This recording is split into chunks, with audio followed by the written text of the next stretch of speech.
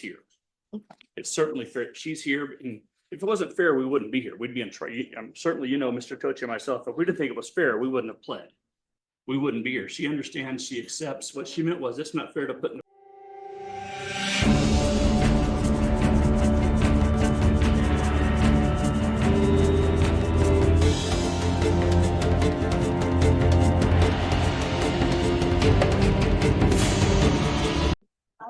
All right. Court is calling, and everyone please whisper, we're on the record. Court is calling 2020 CR 11865, State of Texas versus Mary Diaz. Could I have parties announced for the record for the state? Alan Jackson. Defense. Charles Buck and Mr. Tochi will be joining us momentarily. Jim Tochi momentarily join us. All right, and are you Ms. Diaz? Yes, sir.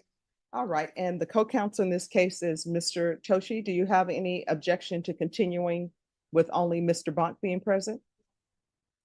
Ms. Diaz, did you review the document entitled Court Admonishments and Defendant's Waivers and Affidavit of Admonitions with your attorney? Did you understand it? Did you sign it in all the appropriate places? Yes, Your Honor. Did you understand you're charged with offense? The range of punishment is 5 years to 99 years or life in prison with up to a $10,000 fine. Did you understand? Yes, Your Honor. If you have a plea bargain agreement with the state, the court does not have to follow your agreement. If for any reason the court does not follow your agreement and gives you more than you bargained for, the fact that you entered an agreement will not be used against you and you will be allowed to withdraw your plea. Did you understand? Yes, Your Honor. Counsel, has your client been able to provide you with any defenses? Yes, Judge. Do you believe she has a rational as well as a factual understanding of the charges against her? I do.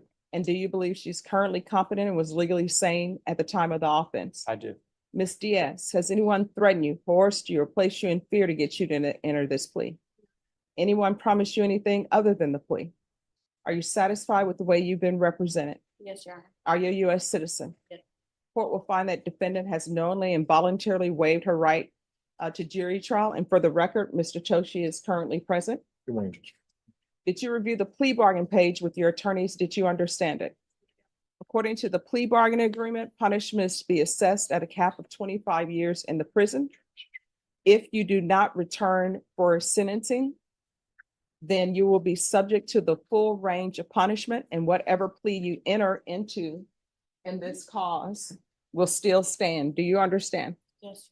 So you do understand that if you do not return to court for sentencing, that your range of punishment will not be the cap of 25, but it will be up to life in prison and up to a $10,000 fine. Do you understand? Yes. Did you understand that to be the plea? Yes. Defense, is that the plea? Yes, Judge. State, is that the plea? Yes, And to the offense as charged, how do you plead? Guilty, not guilty, or no contest? No conflict. State, any evidence? State offers State's Exhibit 1 with all attachments. We have reviewed the same and have no objections. Court will find that defendant has knowingly and voluntarily waived and consented to stipulation of testimony and stipulations.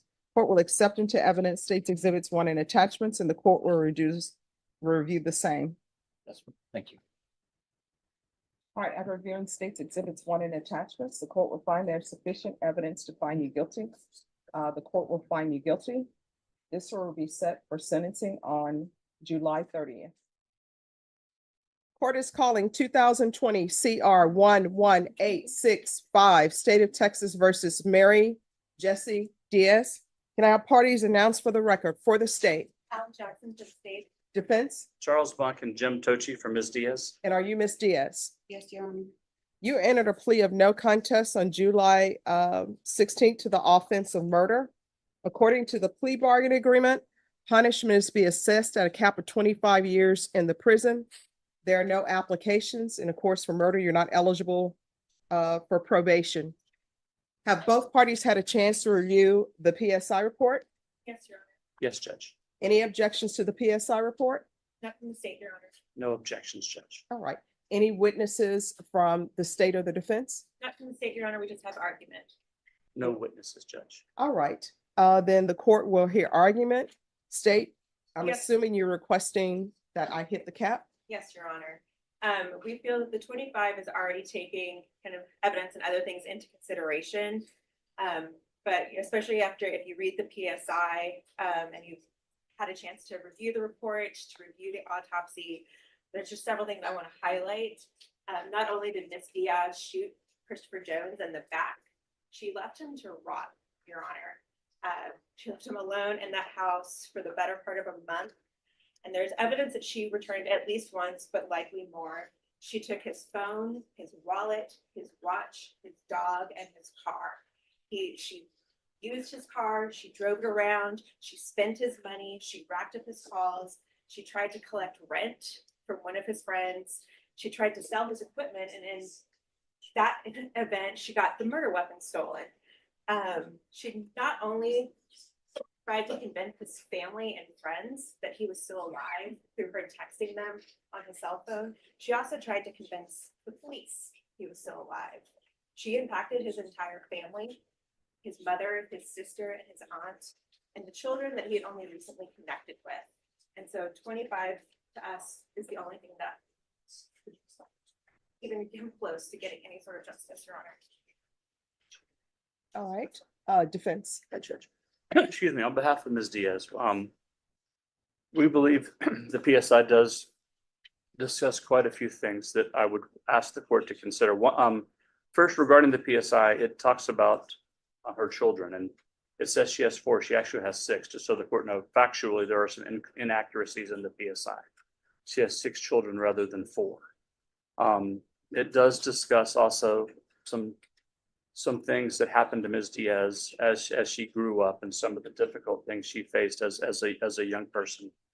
Now, addressing what happened on this day, and the state talks about the fact that the 25 takes into account all the factors that led up to what happened on this day, and perhaps it takes into account some of it, but Ms. Diaz, in her description of what happened that day, you know, she comes clean and she tells the court exactly what happens that day, and she's correct and she's truthful with the court in the PSI.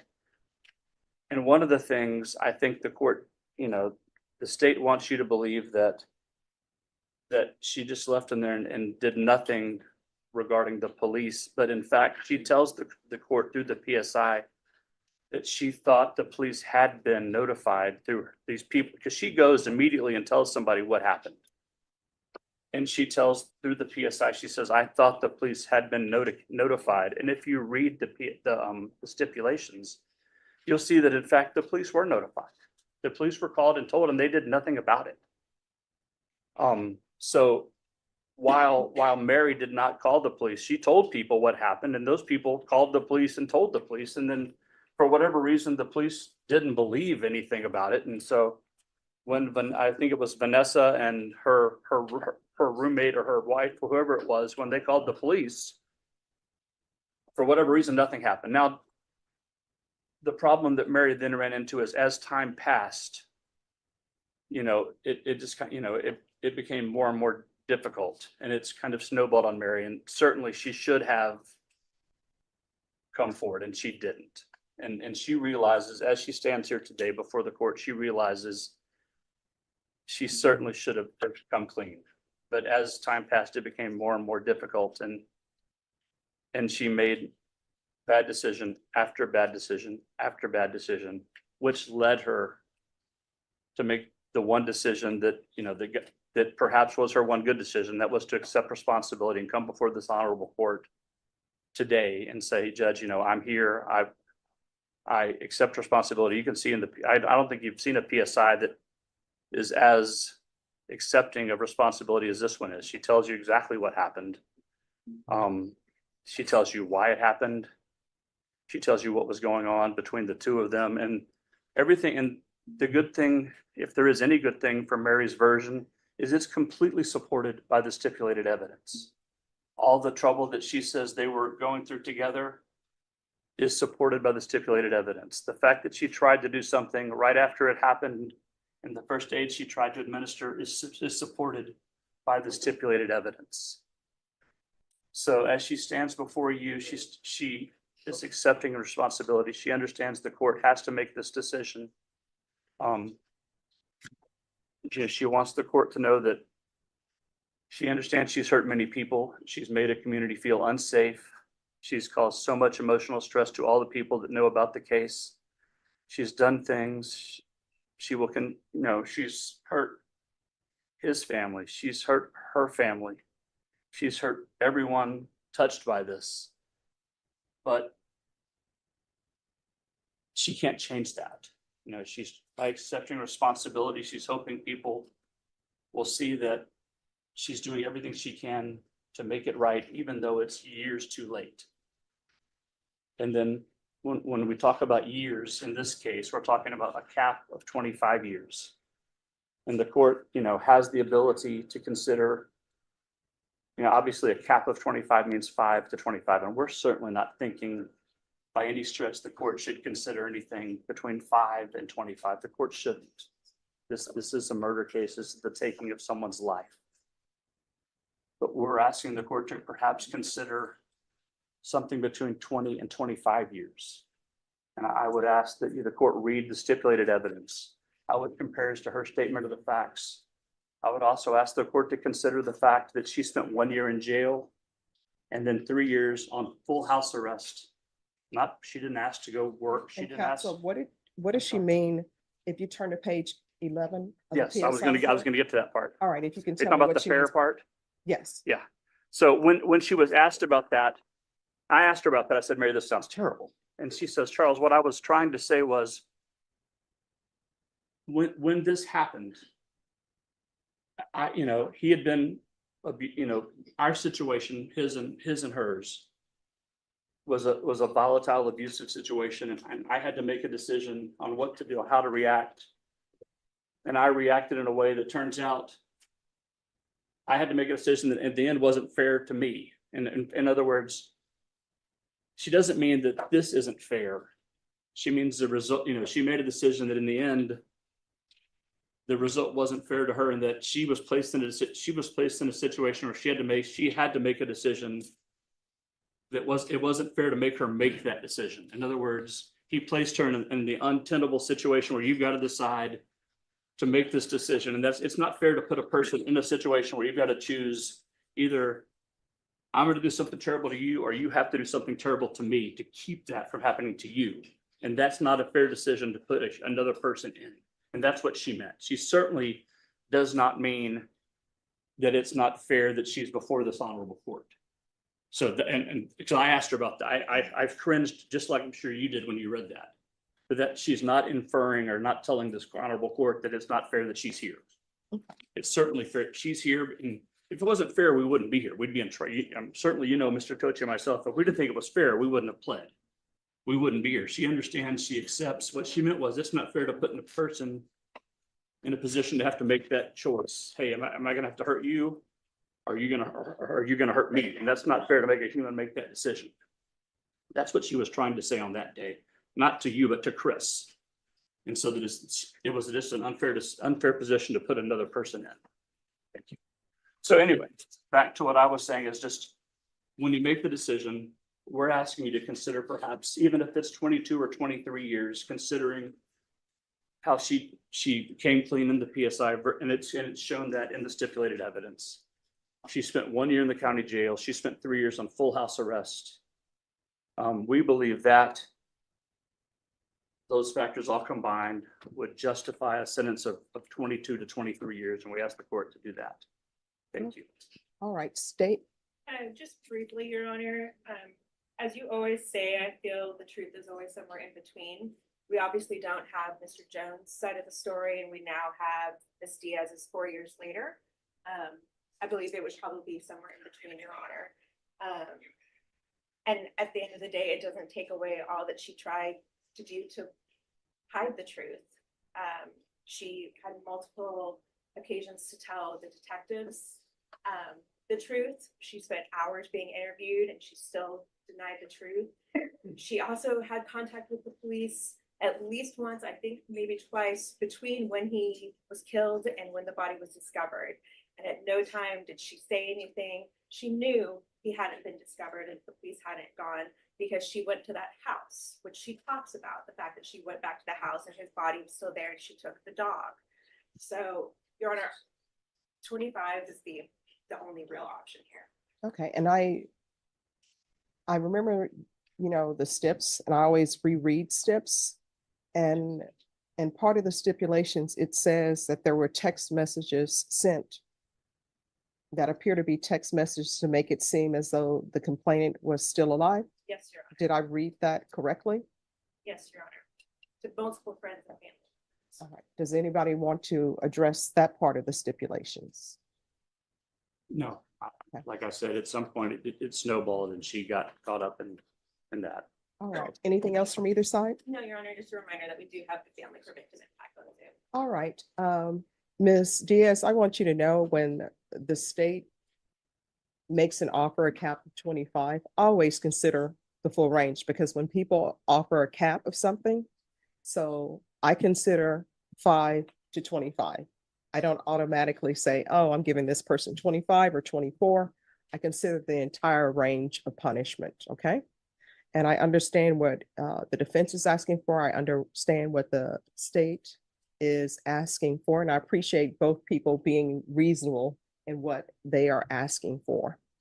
All right, as previously stated, the court is finding you guilty. The court will give you credit for any time served. The court will sentence you to 25 years in the prison.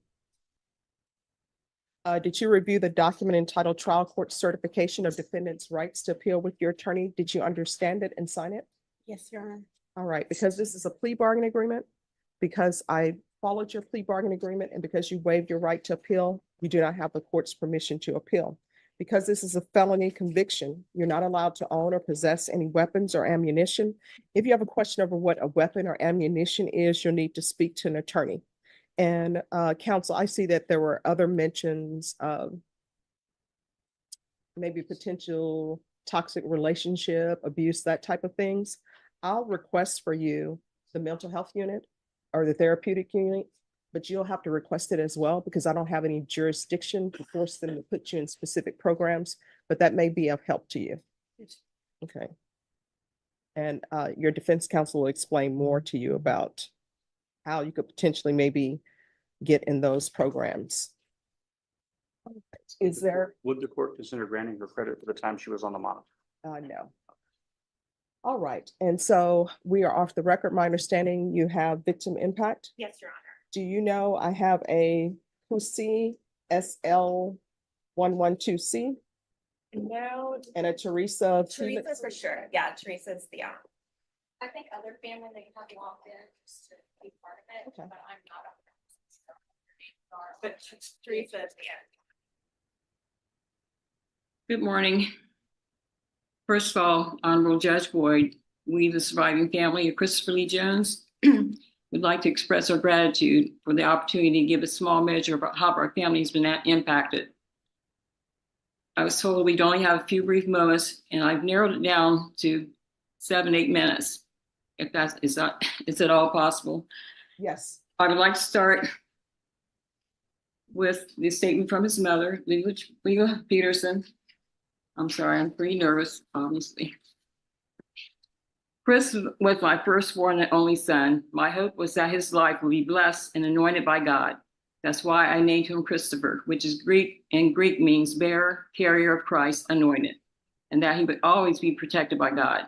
When he was growing up, my family and I tried to provide love and support to him in all he tried to do.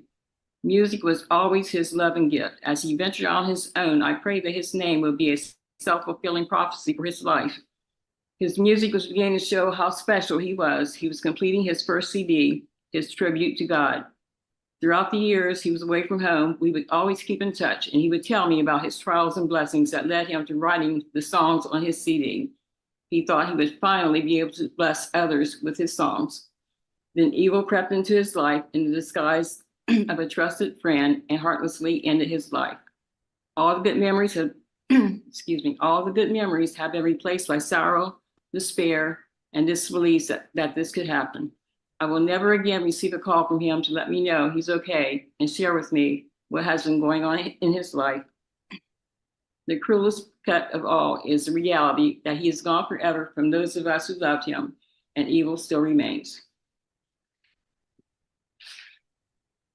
Next, I would like to share with Mary. Mary, I know you know what Chris is going through with his children, how much he missed them.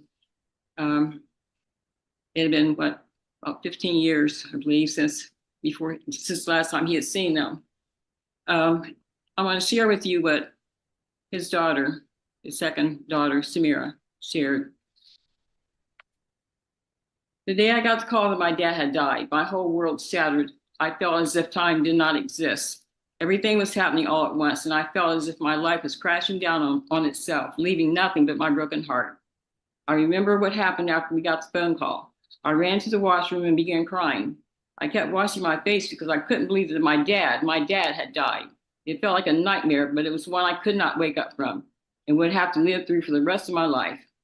I stayed in my bed for weeks, heartbroken and motionless. All I could do was replay memories of my dad in my head and look at pictures in our texts because that was all I had left of him. All I could think about is how it could possibly be true. My dad is dead. I kept telling myself and praying to God that he was somewhere on vacation and just forgotten his phone, or he'd just been super tired and was resting. And that was the reason why he wasn't answering his phone. I couldn't believe it. How could this happen? Everything was going so well. It was like every other day I was just talking to him about movies. The last thing my dad said to me was about a movie that he recommended me to watch to help me with my social studies project. Even before we got in the news that my dad had died, I was already in grief. I just knew that he was gone, but a small part of me wanted to hold on to the illusions that I had made in my head. I remember I was in math class and constantly kept checking my phone to see if he had answered the message I had texted him, but still there was no answer. That was when I had my first anxiety panic attack. I got up and left class and went to the library where I began to cry. A friend of mine came in to me and asked me why I was crying, and I told her something is wrong with my dad. I couldn't muster up the courage to say I know that he's gone. She told me he's okay and that he's probably sleeping, but I knew my dad. He texted me right back no matter what. It could be early in the morning and he still replied to my text immediately as if he wasn't sleeping and was waiting for me to text him back. It was almost as if I was waiting for a ticking time bomb to go off and there was nothing I could do about it. Our family started to post on his Facebook page to ask where he was and for him to give us a call, but there was no answer. We had then asked my aunt to call the police to do a wellness check, and then we had to wait. I remember coming home after school, and my sister and I knew something was wrong. There was an eerie feeling. Once we got into the house, my maternal grandmother was on the phone with my mom.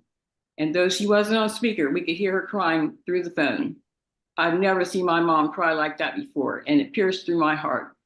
My grandma put my mom on speaker, and that's when we got the news. It felt as if my heart had cracked and my stomach had dropped.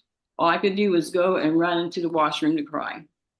The days after my dad had passed away were extremely painful. I would go through our texts and look through his photos on my phone, crying and wishing we had time, wishing that I could just say goodbye and tell him everything I wanted him to know. Like how much I miss him every day, how much I want to hug him, how much I want to see him again, how much I love him, how I am proud of him after all his adversities, that he's gone through, and how he inspires me to do better and not give up. I wish every day that I could have the chance, a moment, even 5 minutes with my dad, but that will never happen. When I went back to school after weeks upon weeks and still was grieving, my friends were giving their condolences. But it felt as if all their words went into my ears like an empty black hole and disappeared. I was in disbelief, and all I could think about is how is this even possible? How can I be in a world where my dad isn't here? It didn't make any sense to me. I couldn't believe that the only thing that I had left of my dad were pictures and memories. He was just here. He was just here. So how could he be gone forever? I have a hard time accepting my dad died. I know that eventually everyone passed away, but I thought that my dad would at least have more time before he passed away. I would be there by his side, being there for him and help him through his final steps. I thought that he would at least be given one more moment before there would be no more moments at all. In fact, I still cannot believe it. I catch myself reading through our text and calling him, crying, hoping he'll pick up, knowing that will never happen. Every time I try to talk about my dad, all I can do is cry. I have problems sleeping because of panic attacks and anxiety. I fear losing my mom and my family. I can't handle it. When my dad died, all I could think about is why? He didn't deserve this. He didn't deserve what happened to him. Nobody does. And nobody's family deserves to go through the pain my family has gone through. This last year, I came to the realization that I'll never see my dad again, speak to him, hug him, and tell him how much I love him, or even spend time with him, because that was all taken away. When my dad died, I cried so much to the point that I couldn't physically cry anymore, and crying became painful. My eyes would burn from the tears and throat when my throat was so sore till I couldn't speak. And even to drink water was painful. I couldn't. I was in too much pain. I was heartbroken. My dad's death didn't just change my life. It shattered and destroyed it. I became so distressed that my pituitary gland became extremely swollen and I had to get MRIs.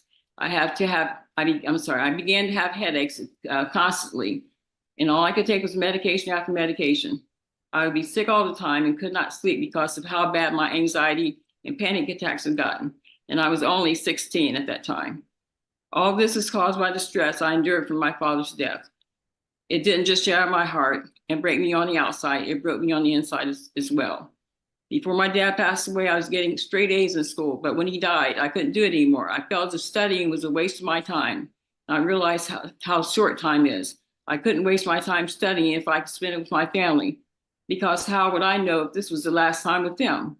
I found myself trying to compensate for how I felt about the waste of time I spent studying when I could have been talking to my dad, when I could have been replying to him, talking to him, instead of telling him, Dad, can I talk to you later? I'm studying right now. But I'll talk to you later. I love you.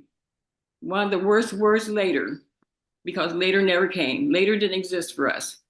I graduated in the class of 2022, and I remember when I was watching my classmates walk the stage, all I could think about is how my dad was so excited to see me and my siblings graduate, but that was taken away from him. And the day that was supposed to be my happiest became my saddest. All I could do was to try not to cry as I heard dads cheer for their daughters as they walked across the stage, on to the next chapter of their lives, knowing that my dad would never be able to do that. Excuse me. For many people, when they lose their parents, it's by old age, and they know they're about to lose them. They are prepared. Family members can say their final goodbye and have closure before they lose their parents, but I was never awarded that. The last thing my dad ever said to me was, "Hey, Samira, what's up, Angel? Did you watch that movie yet?" And I never got to reply. I never got a chance to say I love you. I never got a chance to say goodbye to my dad because that was taken away from me and my siblings, my family, and the people I love. Dad, I love you so, so, so much. Words can't even express how much I love you. I'm so, so proud of you. I couldn't have asked for a better dad because even if I did, I would just get you. I wish we had more time because a few words can't express how I feel. I'm so grateful for you. You made me a better person. You made me realize so many things I didn't know about myself. You inspire me. You are me and I am you. You are my life, my moon, my sun and my star. Not just my world, but my entire galaxy and universe. You are my existence. Samira Jones. Oh.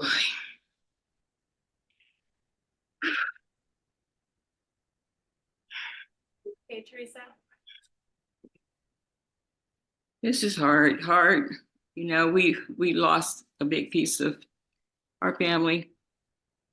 Everyone has things in their life that they wish they could change, and things that sometimes happen that they wish didn't happen.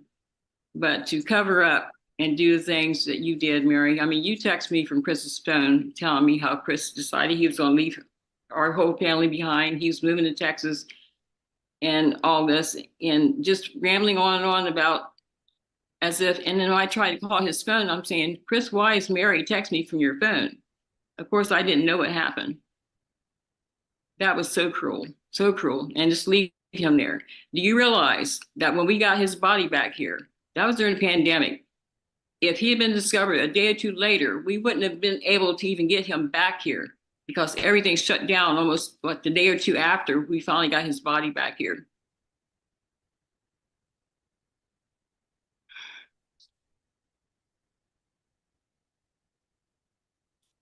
I don't know what else to say. All right. Mary Diaz stands before a Texas courtroom, silent as procedure grinds forward and the weight of murder settles in the air. Judges, lawyers, and records speak calmly, but beneath the formality lies a violent death and a bargain capped at 25 years.